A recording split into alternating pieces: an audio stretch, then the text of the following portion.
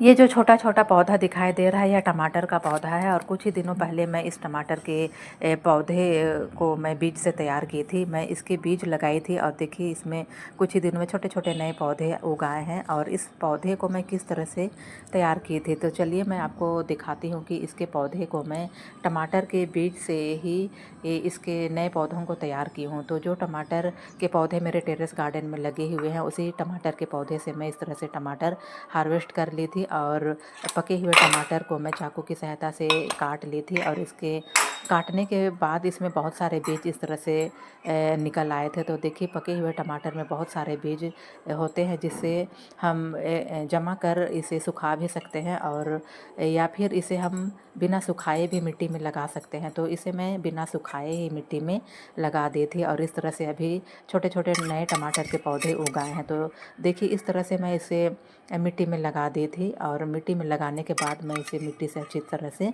Cover कर दी थी और पानी देने के कुछ ही दिनों के बाद देखिए अभी इस तरह से टमाटर के नए पौधे उग आए हैं। तो देखिए इस टमाटर के बीज को हम सुखा कर भी रख सकते हैं और जैसे हमें टमाटर के पौधों की आवश्यकता होगी तब हम इसके बीज को मिट्टी में लगाकर भी नए पौधों को तैयार कर सकते हैं।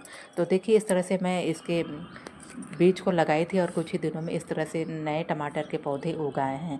तो अगर आपको भी टमाटर का पौधा लगाना है तो आप भी इसी तरह से टमाटर के नए पौधों को अपने घर में भी तैयार कर सकते हैं। इसे खरीदने के लिए बाज़ार या नर्सरी जाने की भी आवश्यकता नहीं है टमाटर के नए पौधों को।